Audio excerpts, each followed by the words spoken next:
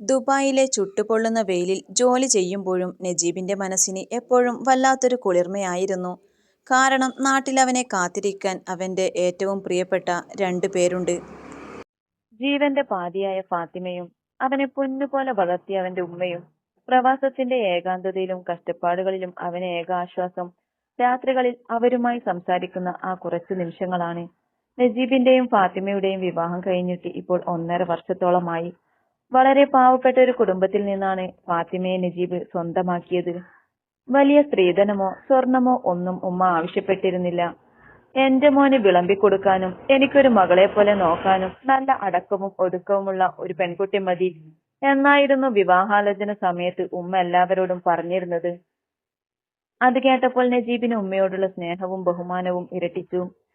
വിവാഹം കഴിഞ്ഞ ആദ്യത്തെ 3 മാസം നജീബ് നാട്ടിലുണ്ടായിരുന്നു. ആ ദിവസങ്ങൾ ശരിക്കും ഒരു സ്വർഗം പോലെയാണ് അവന് തോന്നിയത്. ഫാത്തിമയെ ഒരു പണിയും ചെയ്യാൻ ഉമ്മ സമ്മതിച്ചിരുന്നില്ല. രാവിലെ ഉണർന്നു വരുമ്പോൾ തന്നെ ഉമ്മ ചായയുമായി എത്തും. മോളെ, നീ പോയി ഇരിക്ക്, ഇതൊക്കെ ഉമ്മ ചെയ്തോളാം. പുതിയ പെണ്ണല്ലേ, എന്റെ മോന്റെ കൂടെ കുറച്ചു സമയം സന്തോഷമായിട്ട് സംസാരിച്ചിരിക്ക് എന്ന് പറഞ്ഞു ഉമ്മ അവളെ അടുക്കളയിൽ നിന്ന് നിർബന്ധിച്ച് പുറത്താക്കും. ഫാത്തിമ എന്തെങ്കിലും ജോലി ചെയ്യാൻ തുനിഞ്ഞാൽ ഉടനെ ഉമ്മ വിലക്കും. നജീബിന്റെ മുന്നിൽ വെച്ച് ഉമ്മ ഫാത്തിമയെ സ്വന്തം മകളേക്കാൾ സ്നേഹിക്കുന്നത് കണ്ട് നജീബിന്റെ കണ്ണുകൾ പലപ്പോഴും നിറഞ്ഞിട്ടുണ്ട്. എന്റെ ഭാര്യ എത്ര ഭാഗ്യവതിയാണെന്ന് അവൻ കൂട്ടുകാരോടൊക്കെ അഭിമാനത്തോടെ പറഞ്ഞിരുന്നു. എന്നാൽ അവധിക്കാലം കഴിഞ്ഞ് നജീബ് തിരികെ ഗൾഫിലേക്ക് മടങ്ങുന്ന ദിവസം ആ വീടിന്റെ അന്തരീക്ഷമാകെ മാറിമറിയാൻ തുടങ്ങുകയായിരുന്നു എന്നവൻ അറിഞ്ഞിരുന്നില്ല. യാത്ര ചോദിക്കാൻ നേരം ഉമ്മ പൊട്ടിക്കരഞ്ഞ് ഫാത്തിമയെ ചേർത്ത് പിടിച്ചുകൊണ്ട് ഉമ്മ നജീബിനോട് പറഞ്ഞു, നീ അവളെ ഓർത്തൊരു വേവലാതിയും വെക്കണ്ട മോനെ. നിന്റെ ഉമ്മ ജീവനോടെ ഉള്ളിടത്തോളം കാലം ഇവളുടെ കണ്ണിൽ നിന്ന് ഒരു തുള്ളി കണ്ണുനീർ താഴെ വീഴില്ല. എന്റെ മകളായിട്ട് തന്നെ ഞാനിവളെ നോക്കിക്കോളാം. അത് കേട്ട് സമാധാനത്തോടെ നിറഞ്ഞ മനസ്സോടെയാണ് നജീബ് വണ്ടിയിൽ കയറിയത്. ടാക്സി ഗേറ്റ് കടന്ന് കണ്ണിൽ നിന്ന് മറയുന്നത് വരെ ഉമ്മയും ഫാത്തിമയും ഗേറ്റിൽ തന്നെ നിന്നു. വണ്ടി വളവ് തിരിഞ്ഞു പോയതും ഉമ്മയുടെ മുഖത്തെ സങ്കടവും കണ്ണുനീരും പെട്ടെന്ന് മാഞ്ഞു. ഗേറ്റ് വലിച്ചടച്ച് ഫാത്തിമയുടെ നേരെ തിരിഞ്ഞ ഉമ്മയുടെ മുഖത്ത് അതുവരെ അവൾ കാണാത്ത ഒരു ഭാവമായിരുന്നു. സ്നേഹം നിറഞ്ഞ കണ്ണുകളിൽ ഇപ്പോൾ വല്ലാത്തൊരു കാഠിന്യം നിഴലിച്ചിരുന്നു. അവൻ പോയി. ഇനി ആ ഗേറ്റിലേക്ക് നോക്കി അവിടെ നിൽക്കാതെ അകത്ത് കയറി അടുക്കളയിലെ പണി നോക്കാൻ നോക്കടി. ഉമ്മയുടെ ശബ്ദം പരുക്കനായിരുന്നു. ഫാത്തിമ ഞെട്ടലോടെ ഉമ്മയെ നോക്കി. നജീബ് പോയ സങ്കടത്തിൽ നിൽക്കുകയായിരുന്ന അവളുടെ നെഞ്ചിലേക്ക് ഉമ്മയുടെ ആ വാക്കുകൾ ഒരു കൂരമ്പ് പോലെയാണ് തറഞ്ഞത്. എന്താടി തുറച്ചു നോക്കുന്നത്? 3 മാസം അവനിവിടെ ഉണ്ടായിരുന്നപ്പോ നീ അനുഭവിച്ച രാജയോഗമൊക്കെ കഴിഞ്ഞു. ഇനി ഈ വീട്ടിലെ പണികൾ മുഴുവൻ നീ ഒറ്റയ്ക്ക് ചെയ്യണം. അതിനാണ് നിന്നെ ഇങ്ങോട്ട് കെട്ടിക്കൊണ്ടുവന്നത്. അല്ലാതെ അവനെ കൊണ്ട് പണിയെടുപ്പിച്ച് നിനക്ക് തിന്നുറങ്ങാനല്ല. പറഞ്ഞു തീർന്നതും ഉമ്മ വെട്ടിത്തിരിഞ്ഞ് വീടിനകത്തേക്ക് നടന്നു. കണ്ണുകളിൽ നിന്ന് ധാരധാരയായി കണ്ണുനീർ ഒഴുകുമ്പോഴും തന്റെ ജീവിതത്തിൽ വരാൻ പോകുന്ന ഇരുണ്ട ദിനങ്ങളെക്കുറിച്ചോർത്ത് ഭയപ്പാടോടെ ഫാത്തിമ ആ മുറ്റത്ത് തറഞ്ഞു നിന്നു. നജീബ് കണ്ട സ്വർഗം അവൾക്ക് മുന്നിൽ ഒരു നരകമായി മാറുകയായിരുന്നു. നജീബ് പോയതിനു ശേഷമുള്ള ഫാത്തിമയുടെ ജീവിതം ആ വലിയ വീടിന്റെ 4 ചുവരുകൾക്കുള്ളിൽ ഒരു തടവുകാരിയെ പോലെ ആയി മാറി. അതിരാവിലെ 5 മണിക്ക് തുടങ്ങുന്നതാണ് അവളുടെ ജോലികൾ. മുറ്റമടിച്ചു വാരി വീട് മുഴുവൻ തുടച്ചു വൃത്തിയാക്കി പ്രഭാത ഭക്ഷണം ഉണ്ടാക്കി കഴിയുമ്പോഴേക്കും അവൾ വിയർത്ത് കുളിച്ചിട്ടുണ്ടാവും. എന്നാൽ ഇതൊന്നും ഉമ്മയെ തൃപ്തിപ്പെടുത്തിയിരുന്നില്ല. അതൊക്കെ എന്തു പണി? എന്റെ വീട്ടിൽ പണ്ടൊക്കെ ഞാൻ ഒറ്റക്കാണ് 10-15 പേർക്കുള്ള പണി ചെയ്തിരുന്നത്. നിനക്കൊക്കെ എപ്പോഴും ഒരു മടിയാ, ഉമ്മ നിരന്തരം കുറ്റം പറഞ്ഞുകൊണ്ടിരുന്നു. പാചകത്തിൽ ഉപ്പിത്തിരി കൂടിയാലും കുറഞ്ഞാലും ഉമ്മയുടെ വക വലിയ ശകാരമാണ്. ചില ദിവസങ്ങളിൽ ഉമ്മ കഴിക്കാനിരിക്കുമ്പോൾ ദേഷ്യത്തോടെ പാത്രങ്ങൾ വലിച്ചെറിയും. എന്റെ മോൻ അവിടെ ചോര നീരാക്കി ഉണ്ടാക്കുന്ന കാശുകൊണ്ട് അവൾക്ക് തിന്നു കൊഴുക്കണം. അതും പോരാഞ്ഞിട്ട് 1 രൂപയുടെ സ്വർണമോ കാശോ കൊണ്ടുവന്നിട്ടില്ല. അവിടുത്തെ ദാരിദ്ര്യം മുഴുവൻ ഇങ്ങോട്ട് എടുത്തുകൊണ്ട് വന്നിരിക്കുന്നു. ആ വാക്കുകൾ ഫാത്തിമയുടെ ഹൃദയം പിളർക്കുന്നതായിരുന്നു. സ്വന്തം ദാരിദ്ര്യത്തെയും കുടുംബത്തെയും അധിക്ഷേപിക്കുമ്പോൾ അവൾ അടുക്കളയിലെ ഇരുട്ടിൽ പോയി നിന്ന് പൊട്ടിക്കരഞ്ഞു. പക്ഷെ എല്ലാ രാത്രിയിലും നജീബ് വിളിക്കുമ്പോൾ ഉമ്മയുടെ ഭാവം പെട്ടെന്ന് മാറും. ഫോൺ റിംഗ് ചെയ്യുമ്പോൾ തന്നെ അതുവരെ ഉണ്ടായിരുന്ന കടുപ്പമുള്ള മുഖം മാറ്റി ഉമ്മ ചിരിച്ചുകൊണ്ട് സംസാരിക്കും. മോനെ നജീബേ, എങ്ങനെയുണ്ട് നിനക്ക്? ഭക്ഷണമൊക്കെ കഴിച്ചോ? ഉമ്മയുടെ സ്നേഹം നിറഞ്ഞ വാക്കുകൾ കേൾക്കുമ്പോൾ നജീബിന് നാട്ടിലെ കാര്യങ്ങളോർത്ത് വലിയ സമാധാനമായിരുന്നു. കുറച്ചുനേരം സംസാരിച്ചതിനു ശേഷം ഉമ്മ ഫോൺ ഫാത്തിമയ്ക്ക് നേരെ നീട്ടും. ഫോൺ കൊടുക്കുന്നതിനൊപ്പം അവളുടെ നേരെ ഉമ്മയുടെ താക്കീത് നിറഞ്ഞൊരു നോട്ടമുണ്ട്. ഒന്നും അവനോട് പറയരുത് എന്ന ഭീഷണി ആ കണ്ണുകളിൽ അവൾക്ക് വ്യക്തമായി കാണാമായിരുന്നു. എന്തൊക്കെയുണ്ട് ഫാത്തിമ വിശേഷങ്ങൾ? ഉമ്മ നിന്നെ പണിയെടുപ്പിച്ച് കഷ്ടപ്പെടുത്തുന്നുണ്ടോ? നജീബ് സ്നേഹത്തോടെ ചോദിക്കും. തൊണ്ടയിൽ കുരുങ്ങിക്കിടക്കുന്ന സങ്കടങ്ങൾ മുഴുവൻ ഒരു പുഞ്ചിരിക്ക് പിന്നിൽ ഒളിപ്പിച്ചുകൊണ്ട് അവൾ പറയും, ഇല്ലേക്ക, ഉമ്മ എന്നെ കൊണ്ട് വലിയ പണിയൊന്നും ചെയ്യിക്കാറില്ല. എനിക്കിവിടെ ഒരു കുഴപ്പമില്ല. തന്റെ ഭാര്യ അവിടെ സുരക്ഷിതയാണെന്നും സന്തോഷവതിയാണെന്നും കേൾക്കുമ്പോൾ നജീബിന്റെ മറുപടിയിൽ ആശ്വാസം നിറയും.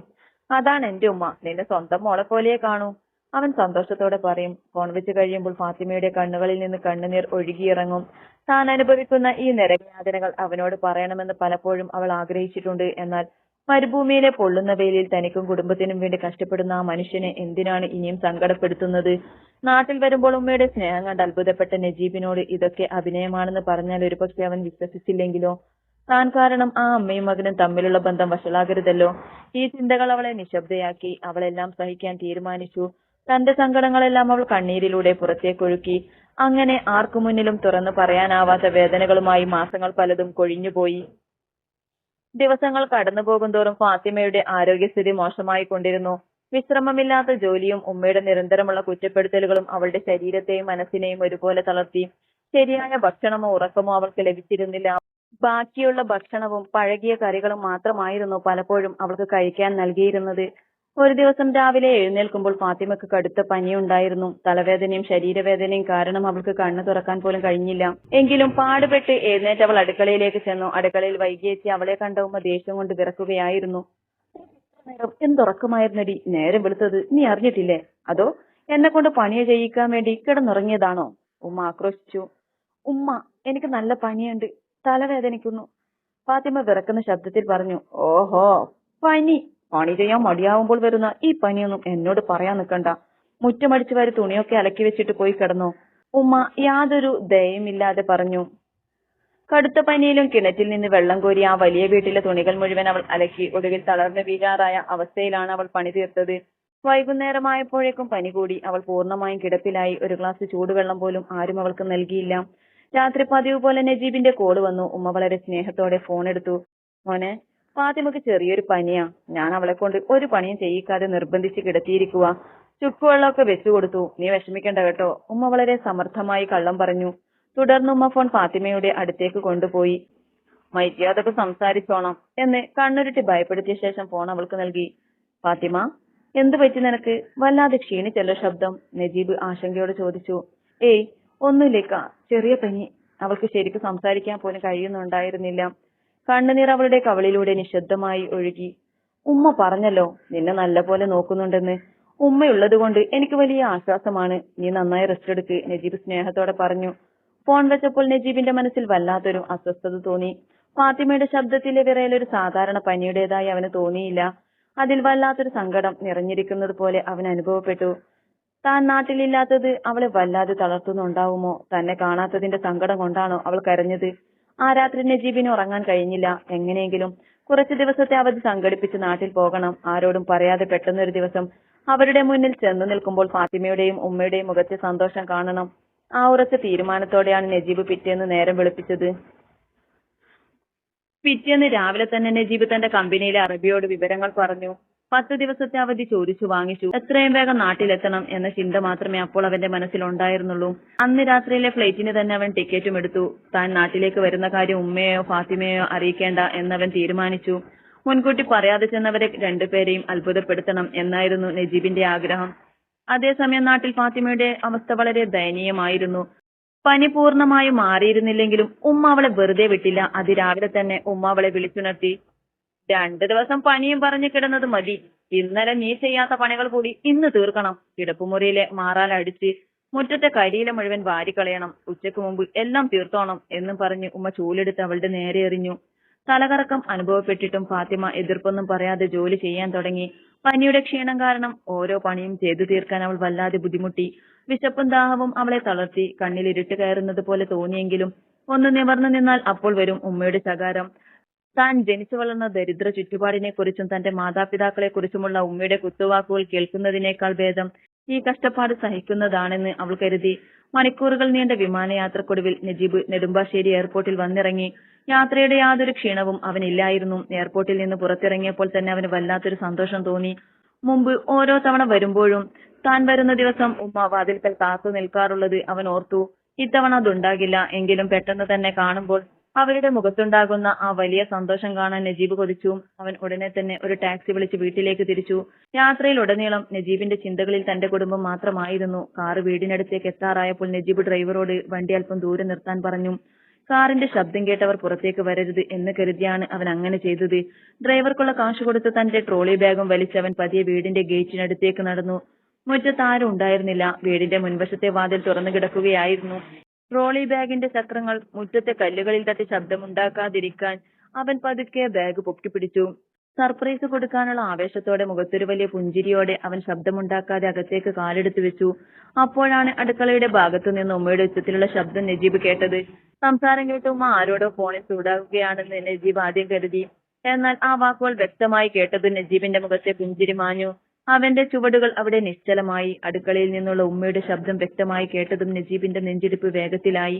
അവൻ തന്റെ കയ്യിലിരുന്ന ട്രോളി ബാഗ് ശബ്ദമുണ്ടാക്കാതെ അവിടെ വെച്ചിട്ട് പതുക്കെ അടുക്കളയുടെ വാതിൽക്കലേക്ക് നടന്നു. അവിടെ മറഞ്ഞു നിന്നുകൊണ്ട് അവൻ അകത്തേക്ക് നോക്കി. അവിടെ കണ്ട കാഴ്ച അവനെ അക്ഷരാർത്ഥത്തിൽ ഞെട്ടിച്ചു. നിന്നോട് ഞാൻ പറഞ്ഞതല്ലടി ആ മുറ്റം അടിച്ചു വാരിയിട്ട് അടുക്കളയിൽ കയറാൻ. നേരെ ഇത്രയായിട്ടും നീ എന്താ ഇവിടെ കാട്ടിക്കൂട്ടുന്നത്? എന്റെ മോൻ ഗൾഫിൽ കിടന്ന് കഷ്ടപ്പെട്ട് ഉണ്ടാക്കുന്ന കാശിന് ഇവിടെ വന്ന് തിന്നിറങ്ങാനാണോ നിന്നെ ഇങ്ങോട്ട് കെട്ടിക്കൊണ്ടുവന്നത്? യാതൊരു ദയയുമില്ലാതെ അലറുന്ന ഉമ്മയെ അവൻ അവിശ്വസനീയതയോടെ നോക്കി നിന്നു. ഉമ്മയുടെ മുന്നിൽ കുറ്റവാളിയെ പോലെ തലകുനിച്ച് നിൽക്കുന്ന ഫാത്തിമയെ കണ്ടപ്പോൾ അവന്റെ നെഞ്ചു പിടഞ്ഞുപോയി. ക്ഷീണിച്ച് മെലിഞ്ഞ് അവളുടെ ശരീരം വിറക്കുന്നുണ്ടായിരുന്നു. പനിയുടെ അവശത ആ മുഖത്ത് വ്യക്തമായി കാണാമായിരുന്നു. കണ്ണുകളിൽ നിന്ന് കണ്ണുനീർ ധാരധാരയായി ഒഴുകി കവിളിലൂടെ താഴേക്ക് വീഴുന്നുണ്ടെങ്കിലും അതൊന്നും വകവെക്കാതെ അവൾ സിങ്കിലിരുന്ന പാത്രങ്ങൾ തേച്ച് കഴുകുകയായിരുന്നു. എന്താടി നിന്നോട് ഞാൻ ചോദിച്ചത്? നിനക്ക് ചെവി കേട്ടൂടെ? ഉമ്മ വീണ്ടും ശകാരം തുടർന്നു. അവൻ നാട്ടിലുള്ളപ്പോ മാത്രം എന്റെ മുന്നിൽ വലിയ സ്നേഹവും കാണിച്ച് ജോലി ചെയ്യുന്നവളായിട്ട് സമയം. അവൻ പോയാ പിന്നെ നിനക്കൊരു പണിയും ചെയ്യാൻ വയ്യ. ഇന്നലെ പനിയും പറഞ്ഞു കിടന്നത് മുഴുവൻ അവൻ ഫോൺ വിളിച്ചപ്പോ നീ പറഞ്ഞു കൊടുത്തിട്ടുണ്ടാകുമല്ലോ. നജീബിന് തന്റെ കാതുകളെ വിശ്വസിക്കാൻ കഴിഞ്ഞില്ല. താൻ നാട്ടിലുള്ള ഓരോ തവണയും ഉമ്മ ഫാത്തിമയോട് എത്ര സ്നേഹത്തോടെയാണ് പെരുമാറിയിരുന്നത്. മോളെ നീ പോയി വിശ്രമിക്ക് എന്ന് പറയുന്ന ആ ഉമ്മയുടെ മുഖം വെറുമൊരു അഭിനയമായിരുന്നു എന്നവന് അപ്പോഴാണ് മനസ്സിലായത്. ഇന്നലെ ഫോൺ വിളിച്ചപ്പോൾ ഫാത്തിമയുടെ ശബ്ദത്തിൽ ഉണ്ടായിരുന്ന വിറയലിന്റെ കാരണവും അവന് വ്യക്തമായി. താൻ സ്വർഗമാണെന്ന് കരുതിയ തന്റെ വീട് സ്വന്തം ഭാര്യയ്ക്ക് ഒരു നരകമായിരുന്നു എന്ന സത്യം അവനെ തകർത്ത് കളഞ്ഞു. ഇത്രയും കാലം ഈ വീട്ടിൽ അവൾ എത്രത്തോളം മാനസികവും ശാരീരികവുമായ പീഡനം അനുഭവിച്ചിട്ടുണ്ടാകും. എന്നിട്ടും അവൾ ഒരിക്കൽ പോലും ഫോണിൽ വിളിച്ചിതൊന്നും തന്നോട് പറഞ്ഞില്ലല്ലോ എന്നോർത്തപ്പോൾ നജീബിനെ അവളോട് അതിയായ സ്നേഹവും തന്നോട് തന്നെ വലിയ പുച്ഛവും തോന്നി. അവന് ഇനിയും അവിടെ നോക്കി നിൽക്കാൻ കഴിഞ്ഞില്ല. ഉള്ളിൽ തിളച്ചുമറിയുന്ന സങ്കടവും ദേഷ്യവും നിയന്ത്രിച്ചുകൊണ്ട് അവൻ പതുക്കെ തൊണ്ടയും നനക്കി. എന്നിട്ട് കനത്ത ശബ്ദത്തിൽ വിളിച്ചു, ഉമ്മ. അപ്രതീക്ഷിതമായ ആ വിളി കേട്ട് ഉമ്മയും ഫാത്തിമയും ഒരേ സമയം ഞെട്ടിത്തിരിഞ്ഞു നോക്കി. വാതിൽക്കൽ തങ്ങളെ തന്നെ നോക്കി നിൽക്കുന്ന നജീബിനെ കണ്ട ഉമ്മയുടെ മുഖത്തെ രക്തം വാർന്നുപോയി. അതുവരെ ഉണ്ടായിരുന്ന അധികാരഭാവം ഒറ്റ നിമിഷം കൊണ്ട് മാഞ്ഞു. കയ്യിലിരുന്ന പാത്രം താഴെ വീണതുപോലും അറിയാതെ ഫാത്തിമ അവനെ തന്നെ നോക്കി തറഞ്ഞു നിന്നുപോയി. ആ നിമിഷം അടുക്കളയിൽ ഭയാനകമായ ഒരു നിശബ്ദത തളംകെട്ടി നിന്നു. അടുക്കളയിലെ ആ ഭയാനകമായ നിശബ്ദതയെ ഭേദിച്ചുകൊണ്ട് നജീബ് മുന്നോട്ട് നടന്നു. ഉമ്മയുടെ മുഖത്ത് പരിഭ്രമവും ഭയവും നിയലിച്ചു. നിമിഷ നേരം കൊണ്ട് തന്റെ തനിനിറ മകൻ കണ്ടുപിടിച്ചല്ലോ എന്ന ഞെട്ടലിലായിരുന്നു അവർ. എങ്കിലും പെട്ടെന്ന് തന്നെ ആ പഴയ സ്നേഹമയിയായ ഉമ്മയുടെ മുഖംമൂടി അണിയാൻ അവർ പാടുപെട്ട് ശ്രമിച്ചു. നീ എന്താ എന്നോട് പോലും പറയാതെ വന്നേ മോനെ? വിളറിയ മുഖത്തോടെ വിക്കി വിക്കി ചോദിച്ചുകൊണ്ട് ഉമ്മ അവന്റെ അടുത്തേക്ക് നടക്കാനാഞ്ഞു. പക്ഷേ നജീബ് ഉമ്മയുടെ മുഖത്തേക്ക് നോക്കുക പോലും ചെയ്യാതെ അവരെ മറികടന്ന് ഫാത്തിമയുടെ അടുത്തേക്ക് ചെന്നു. തന്നെ കണ്ടതും വിശ്വസിക്കാനാവാതെ പേടിയും സങ്കടവും കലർന്ന കണ്ണുകളോടെ നിൽക്കുകയായിരുന്നു അവൾ. നജീബ് അവളുടെ അരികിലെത്തി സിംഗിൾ സോപ്പ് പതയോടെ കിടന്ന ആ പാത്രം അവളുടെ കൈകളിൽ നിന്ന് വാങ്ങി താഴെ വെച്ചു. എന്നിട്ട് അവളുടെ ഇരു കൈകളും തന്റെ കൈക്കുള്ളിലാക്കി. ആ കൈകൾ കടുത്ത പനി ബാധിച്ച് ചുട്ടുപൊള്ളുന്നുണ്ടായിരുന്നു. ഇക്ക എന്ന് വിതുമ്പിക്കൊണ്ട് ഫാത്തിമ അവന്റെ നെഞ്ചിലേക്ക് വീണ് പൊട്ടിക്കരഞ്ഞു പോയി. ഇത്രയും കാലം ഉള്ളിലൊതുക്കിയ സങ്കടങ്ങളും യാതനകളും മുഴുവൻ ആ കണ്ണുനീരിലൂടെ പുറത്തേക്ക് ഒഴുകുകയായിരുന്നു. പനിയുടെ അവശതയും മാനസികമായ തളർച്ചയും കാരണം അവൾക്ക് സ്വന്തം കാലിൽ നിൽക്കാൻ പോലും ആവാതെ വിറക്കുന്നുണ്ടായിരുന്നു. നജീബ് അവളെ ഒരു കൈകൊണ്ട് ചേർത്ത് പിടിച്ചു. തന്റെ ഭാര്യയുടെ ഈ അവസ്ഥ കണ്ട് നജീബിന്റെ കണ്ണുകൾ നിറഞ്ഞു. അവൻ പതുക്കെ ഫാത്തിമയുടെ കണ്ണുനീർ തുടച്ചു കൊടുത്ത ശേഷം ഉമ്മയുടെ നേരെ തിരിഞ്ഞു. അവന്റെ കണ്ണുകളിൽ അതുവരെ ഉമ്മ കണ്ടിട്ടില്ലാത്ത അടക്കാനാവാത്ത ദേഷ്യവും നിരാശയും ഉണ്ടായിരുന്നു. ചെറിയ പനിയാണെന്നും ഒരു പണിയും ചെയ്യിക്കാതെ ഉമ്മ അവളെ പൊന്നുപോലെ നോക്കുന്നുണ്ടെന്നും ഇന്നലെ രാത്രി ഫോണിൽ പറഞ്ഞത് ഈ നോട്ടമായിരുന്നു അല്ലേ ഉമ്മ? നജീബിന്റെ വാക്കുകൾ ഒരു ചാട്ടുളി പോലെയാണ് ഉമ്മയുടെ നേർക്ക് വന്നത്. അത് മോനെ, അവൾക്ക് എപ്പോഴൊരു മടിയാ. പണികളൊന്നും തീർത്തിരുന്നില്ല. അതുകൊണ്ട് ഞാൻ വെറുതെ ഒന്ന് വഴക്ക് പറഞ്ഞതാ. ഉമ്മ വീണ്ടും പതർച്ചയോടെ ന്യായീകരിക്കാനും കുറ്റം ഫാത്തിമയുടെ തലയിൽ കെട്ടിവെക്കാനും ശ്രമിച്ചു. മതി ഉമ്മ, ഇനി ഒരു കള്ളം കൂടി ഉമ്മ പറയരുത്. നജീബിന്റെ ശബ്ദം അടുക്കളയിൽ മുഴങ്ങി. ഉമ്മ പറഞ്ഞ ഓരോ വാക്കും ഞാൻ അവിടെ വാതിൽക്കൽ നിന്ന് കേൾക്കുന്നുണ്ടായിരുന്നു. ഗൾഫിലെ പൊള്ളുന്ന വെയിലിൽ ഞാൻ ചോര നീരാക്കി കഷ്ടപ്പെടുന്നത് എന്റെ ഉമ്മയും ഭാര്യയും നാട്ടിൽ സന്തോഷത്തോടെ ഇരിക്കാനാണ്. എന്റെ ഭാര്യയെ ഞാൻ ഈ വീട്ടിലേക്ക് കൊണ്ടുവന്നത് ഉമ്മയ്ക്ക് സ്നേഹിക്കാൻ ഒരു മകൾ ഉണ്ടാകട്ടെ എന്ന് കരുതിയാണ്. അല്ലാതെ എന്റെ വീട്ടിലെ രാപ്പകൽ പണിയെടുപ്പിക്കാൻ ഒരു വേലക്കാരിയല്ല. ഉമ്മയ്ക്ക് ഒരക്ഷരം പോലും തിരിച്ചു പറയാൻ കഴിഞ്ഞില്ല. സ്വന്തം മകന്റെ മുന്നിൽ പിടിക്കപ്പെട്ട പൂർണ്ണമായും തോറ്റുപോയ ഒരു കുറ്റവാളിയെ പോലെ അവർ തലകുനിച്ച് നിന്നുപോയി. തന്റെ അഭിനയം മുഴുവൻ പൊളിഞ്ഞു വീണതിന്റെ ജാള്യത അവരെ വല്ലാതെ വേട്ടയാടുന്നുണ്ടായിരുന്നു. കുറ്റബോധം കൊണ്ട് തലകുനിച്ച് നിൽക്കുന്ന ഉമ്മയെ നോക്കി നജീബ് വേദനയോടെ പറഞ്ഞു, ഞാൻ ഭൂമിയിൽ ഏറ്റവും കൂടുതൽ വിശ്വസിച്ചിരുന്നത് എന്റെ ഉമ്മയായിരുന്നു. ഗൾഫിലേക്ക് പോകുമ്പോൾ എന്റെ ഭാര്യയെ ഉമ്മയുടെ കൈകളിൽ ഏൽപ്പിച്ചു പോയത് ആ വിശ്വാസത്തിന്റെ പുറത്താണ്. സ്വന്തം മകളെപ്പോലെ നോക്കിക്കോളാം എന്ന് ഉമ്മ കരഞ്ഞു പറഞ്ഞത് വെറുമൊരു നാടകമായിരുന്നു എന്ന് തിരിച്ചറിയാൻ എനിക്ക് 1.5 വർഷം വേണ്ടി വന്നു. നജീബിന്റെ വാക്കുകൾ ഉമ്മയുടെ നെഞ്ചിൽ കൊള്ളുന്നുണ്ടായിരുന്നു. മോനെ, എന്നോട് ക്ഷമിക്ക്, എനിക്ക് തെറ്റുപറ്റിപ്പോയി. ഉമ്മ കരഞ്ഞുകൊണ്ട് പറയാൻ ശ്രമിച്ചു. വേണ്ട ഉമ്മ, ഇനിയൊരു ന്യായീകരണവും എനിക്ക് കേൾക്കണ്ട. ഞാനില്ലാത്ത സമയത്ത് ഇവൾ ഈ വീട്ടിൽ അനുഭവിച്ച നരകത്തിന് ഉമ്മ എന്ത് പറഞ്ഞാലും പരിഹാരമാകില്ല. അത്രയും പറഞ്ഞ് നജീബ് ഫാത്തിമയുടെ നേരെ തിരിഞ്ഞു. അവന്റെ ശബ്ദമല്പം മൃദുവായി. നീ എന്തിനാ ഫാത്തിമ ഇതൊക്കെ എന്നിൽ നിന്ന് മറച്ചു വെച്ചത്? എല്ലാ ദിവസവും നമ്മൾ സംസാരിക്കാറില്ലേ? എന്നിട്ടും എന്നോട് ഒരക്ഷരം നീ പറഞ്ഞില്ലല്ലോ. ഞാൻ ചോദിക്കുമ്പോഴൊക്കെ ഉമ്മക്ക് നിന്നെ ജീവനാണെന്നല്ലേ നീ പറഞ്ഞിരുന്നത്? എന്താ നീ ഇത്രയും കാലം ഈ ക്രൂരത മുഴുവൻ മിണ്ടാതെ സഹിച്ചത്? അവന്റെ ശബ്ദത്തിൽ അവളോടുള്ള സ്നേഹവും നേരിയ പരിഭവവും ഉണ്ടായിരുന്നു. തേങ്ങലുകൾക്കിടയിലൂടെ ഫാത്തിമ പറഞ്ഞു, ഇക്ക, ഉമ്മയിക്കാക്ക് ജീവനാണെന്ന് എനിക്കറിയാം. ഞാൻ കാരണം ഇക്കയും ഉമ്മയും തമ്മിൽ ഒരു പ്രശ്നം ഉണ്ടാകരുത് എന്ന് കരുതിയാ ഞാനെല്ലാം സഹിച്ചത്. പിന്നെ പ്രവാസിയായ ഇക്ക അവിടെ കിടന്ന് കഷ്ടപ്പെടുമ്പോൾ എന്റെ സങ്കടങ്ങൾ കൂടി പറഞ്ഞ് ഇക്കയെ എന്തിനാ വിഷമിപ്പിക്കുന്നത് എന്ന് ഞാൻ ചിന്തിച്ചു. അത് കേട്ടപ്പോൾ നജീബിന്റെ ഹൃദയം നിറഞ്ഞു. സ്വന്തം വേദനകളേക്കാൾ വലുതായി അവൾ കണ്ടത് തന്നോടുള്ള സ്നേഹവും ഈ കുടുംബത്തിന്റെ സമാധാനവുമാണല്ലോ എന്നോർത്തപ്പോൾ അവൻ അവളോട് വല്ലാത്തൊരു ബഹുമാനം തോന്നി. അവൻ അവളെ നെഞ്ചോട് ചേർത്ത് പിടിച്ചു. എന്റെ സമാധാനത്തിന് വേണ്ടി നീ സ്വന്തം ജീവിതം നരകമാക്കുകയായിരുന്നോ? ഇനി നീ ഒന്നും സഹിക്കേണ്ട ഫാത്തിമ, നിന്നെ സംരക്ഷിക്കേണ്ടത് എന്റെ കടമയാണ്. നജീബ് ഉമ്മയുടെ നേരെ നോക്കി ഉറച്ച ശബ്ദത്തിൽ പറഞ്ഞു. ഉമ്മക്കൊരു വേലക്കാരിയാണല്ലോ ആവശ്യം. അതിന് ഞാൻ നാളെ തന്നെ ഒരാളെ ഏർപ്പാടാക്കി തരാം. പക്ഷെ എന്റെ ഭാര്യ ഇനി ഈ വീട്ടിൽ അടുക്കളയിൽ കിടന്ന് കഷ്ടപ്പെടില്ല. തുടർന്നവൻ ഫാത്തിമയെ ചേർത്ത് പിടിച്ച് അടുക്കളയിൽ നിന്ന് പുറത്തേക്ക് നടന്നു. വാ, നീ പോയി ഡ്രസ്സ് മാറ്. നിനക്ക് നല്ല പനിയുണ്ട്. നമുക്കാദ്യം ആശുപത്രിയിൽ പോകാം. നിന്നെ ഇങ്ങനെ ഈ അവസ്ഥയിൽ ഇവിടെ നിർത്താൻ എനിക്ക് മനസ്സനുവദിക്കുന്നില്ല. അവർ രണ്ടുപേരും റൂമിലേക്ക് നടന്നു പോകുമ്പോൾ ഉമ്മ അടുക്കളയിലെ ഭിത്തിയിലേക്ക് ചാരി തളർന്നിരുന്നു. തന്റെ പൊങ്ങച്ചവും അഹങ്കാരവും കാരണം മകന്റെ മനസ്സിൽ തനിക്കുണ്ടായിരുന്ന സ്ഥാനവും ബഹുമാനവുമാണ് എന്നേക്കുമായി നഷ്ടപ്പെട്ടതെന്ന് അവർ തിരിച്ചറിയുകയായിരുന്നു. ആ വലിയ വീട്ടിൽ താൻ ഇനി തീർത്തും ഒറ്റപ്പെടാൻ പോവുകയാണെന്ന സത്യം ഉമ്മയെ വല്ലാതെ ഭയപ്പെടുത്തി. ആശുപത്രിയിലെത്തിയപ്പോൾ തന്നെ ഡോക്ടർമാർ ഫാത്തിമയെ അഡ്മിറ്റ് ചെയ്തു. കടുത്ത പനിയും വിശ്രമമില്ലായ്മയും മാനസികമായ തളർച്ചയും കാരണം അവളുടെ ശരീരം വല്ലാതെ അവശമായിരുന്നു. ഡ്രിപ്പിട്ട് മയങ്ങിക്കിടക്കുന്ന അവളുടെ അരികിൽ നജീബ് ഒരു നിമിഷം പോലും മാറി നിൽക്കാതെ കാവലിരുന്നു. അവളുടെ വിളറിയ മുഖത്ത് നോക്കുമ്പോഴൊക്കെ തന്റെ അസാന്നിധ്യത്തിൽ അവൾ അനുഭവിച്ച യാതനകൾ അവനെ വല്ലാതെ വേട്ടയാടിക്കൊണ്ടിരുന്നു. 2 ദിവസത്തെ ചികിത്സയ്ക്ക് ശേഷം ഫാത്തിമയ്ക്ക് അല്പം ആശ്വാസം ലഭിച്ചു. അവർ തിരികെ വീട്ടിലെത്തുമ്പോൾ നജീബ് പറഞ്ഞതുപോലെ തന്നെ വീട്ടിലെ പണികൾക്കായി ഒരു വേലക്കാരി അവിടെ ഉണ്ടായിരുന്നു. ഉമ്മ അവരോട് സംസാരിക്കാൻ പലവട്ടം ശ്രമിച്ചെങ്കിലും നജീബ് അതിന് വലിയ താല്പര്യം കാണിച്ചില്ല. ഉമ്മയോടുള്ള ദേഷ്യം കൊണ്ടായിരുന്നില്ല അത്, മറിച്ച് സ്വന്തം ഉമ്മ കാണിച്ച വഞ്ചന അവൻ അത്രത്തോളം വേദന ഉണ്ടാക്കിയിരുന്നു. തന്റെ ഭാര്യ സുരക്ഷിതമായിരിക്കുമെന്ന ഉറപ്പിലാണ് താൻ ഗൾഫിലേക്ക് പോയത്. ആ വിശ്വാസമാണ് ഉമ്മ തകർത്തത്. അവധി തീരാൻ ഏതാനും ദിവസങ്ങൾ മാത്രം ബാക്കി നിൽക്കെ ഒരു ദിവസം നജീബ് ഫാത്തിമയുടെ അരികിൽ വന്നിരുന്നു. അവളുടെ കൈകൾ ചേർത്ത് പിടിച്ചുകൊണ്ട് അവൻ പറഞ്ഞു, ഫാത്തിമ, ഞാനൊരു തീരുമാനമെടുത്തു. എന്റെ അവധി കഴിഞ്ഞ് ഞാൻ തിരിച്ചു പോകുമ്പോൾ നീയും എന്റെ കൂടെ ദുബായിലേക്ക് വരുന്നുണ്ട്. നിന്റെ വിസ ശരിയാക്കാനുള്ള ഏർപ്പാടുകൾ ഞാൻ അവിടെയുള്ള കൂട്ടുകാരനെ ഏൽപ്പിച്ചിട്ടുണ്ട്. ഫാത്തിമ അത്ഭുതത്തോടെ അവനെ നോക്കി. ഇക്ക, അപ്പോ ഉമ്മയോ? ഉമ്മക്ക് കൂട്ടായിട്ട് ഇനി ഈ വലിയ വീടും പണി ചെയ്യാൻ ആ വേലക്കാരിയും ഉണ്ടാകും. ഉമ്മക്ക് വേണ്ടത് ഒരു മകളെയല്ല, ഒരു വേലക്കാരിയാണല്ലോ. അത് ഞാൻ ഏർപ്പാടാക്കി കൊടുത്തിട്ടുണ്ട്. പിന്നെ ഇവിടെ ഈ വീട്ടിൽ തനിച്ചാക്കി പോകാൻ എന്റെ മനസ്സ് അനുവദിക്കുന്നില്ല. നീ എന്റെ ഭാര്യയാണ്. എന്റെ കൂടെ എന്റെ തണലിലാണ് നീ ഇനി നിൽക്കേണ്ടത്. നജീബിന്റെ ആ വാക്കുകൾ കേട്ടപ്പോൾ ഫാത്തിമയുടെ കണ്ണുകൾ സന്തോഷം കൊണ്ട് നിറഞ്ഞു. ഇതുവരെ അനുഭവിച്ച കഷ്ടപ്പാടുകൾക്കെല്ലാം പകരമായി ദൈവം തനിക്ക് നൽകിയ ഏറ്റവും വലിയ സമ്മാനമാണ് തന്റെ ഭർത്താവിന്റെ ഈ കരുതലെന്ന് അവൾ തിരിച്ചറിഞ്ഞു. യാത്ര പറയാൻ നേരം ഗേറ്റിനരികിൽ നിന്ന് ഉമ്മയുടെ കണ്ണുകൾ നിറഞ്ഞിരുന്നു. സ്വന്തം മകനും മരുമകളും തന്നിൽ നിന്ന് അകന്നു പോകുന്നത് കാണാൻ അവർക്ക് ശക്തി ഉണ്ടായിരുന്നില്ല. തന്റെ അഹങ്കാരവും ക്രൂരതയുമാണ് ഈ ദുരവസ്ഥയ്ക്ക് കാരണമെന്ന് അവർ പൂർണ്ണമായും മനസ്സിലാക്കിയിരുന്നു. മോനെ, എന്നോട് പൊറുക്കണം. മോളെ, നീയും എന്നോട് ക്ഷമിക്കണം, ഉമ്മ വിതുമ്പിക്കൊണ്ട് പറഞ്ഞു. നജീബ് ഉമ്മയെ ചേർത്ത് പിടിച്ചു. ഉമ്മ എനിക്ക് എന്നും എന്റെ ഉമ്മ തന്നെയാണ്. അതിലൊരു മാറ്റവുമില്ല. ഉമ്മയുടെ ആവശ്യങ്ങൾക്കുള്ള കാശ് ഞാൻ കൃത്യമായി അയച്ചു തരും. പക്ഷേ എന്റെ ഭാര്യക്ക് നൽകാൻ കഴിയാത്ത ഒരു സുരക്ഷിതത്വം ഇനി ഈ വീട്ടിലില്ല എന്ന് ഞാൻ തിരിച്ചറിഞ്ഞു. ഉമ്മ സ്വന്തം തെറ്റുകൾ മനസ്സിലാക്കി തിരുത്താൻ ശ്രമിക്കുക. ടാക്സിയിൽ കയറി എയർപോർട്ടിലേക്ക് പോകുമ്പോൾ ഫാത്തിമ നജീബിന്റെ തോളിന്മേൽ തല ചായ്ച്ചു.